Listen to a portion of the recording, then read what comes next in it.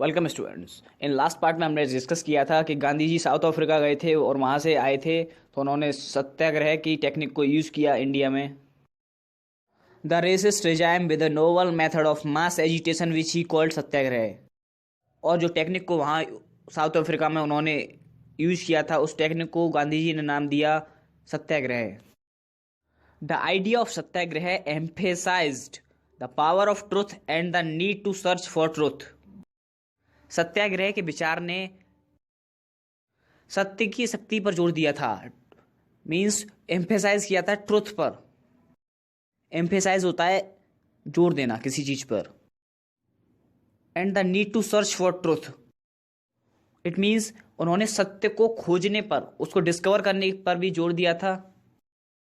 It suggested that if the cause was true, if the struggle was against injustice, then physical force was not necessary to fight the oppressor. It means if the cause was true means अगर आपका उद्देश्य सच्चा है। if the struggle was against injustice means अगर आपकी struggle, आपका संघर्ष अन्याय के खिलाफ है।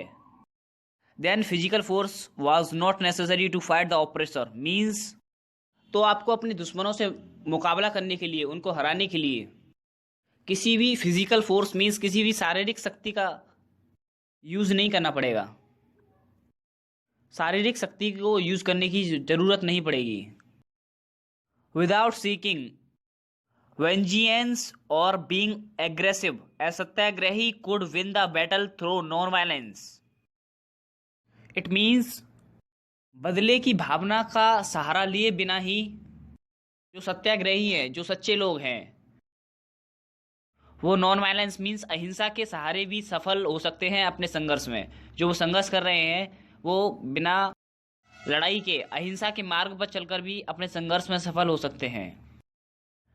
This could be done by appealing to the conscience of the oppressor.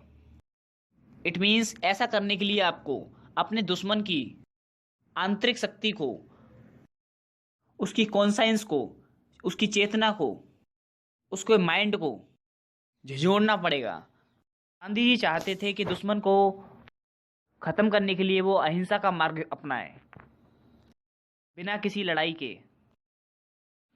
People including the oppressors had to be persuaded to see the truth instead of being forced to accept truth through the use of violence. Gandhi ji चाहते थे कि अपने दुश्मन को ही नहीं बल्कि सभी लोगों को ट्रुथ को एक्सेप्ट करवाना, मीन्स सत्य को स्वीकार करवाना, हिंसा के रास्ते के द्वारा ना करके अहिंसा के रास्ते से किया जाए। इट मीन्स किसी को जबरदस्ती स्वीकार कराने के बजाय अपने दुश्मन को सहज भाव से सच्चाई को स्वीकार करवाने के लिए उसको प्रेरित किया जाना चाहिए, उसको गाइड किया जाना चाहिए। Means by this struggle truth was bound to ultimately triumph. It means last में जीत सत्य की ही होती है, अंत में जीत सत्य की ही होती है। Mahatma Gandhi believed that this dharma of non violence could unite all Indians. Gandhi ji ऐसा भरोसा करते थे कि अहिंसा का ये मार्ग सभी भारतीयों को एक धागे में बांध देगा, एक सूत्र में बांध देगा और सभी लोगों के बीच में एकता स्थापित हो जाएगी।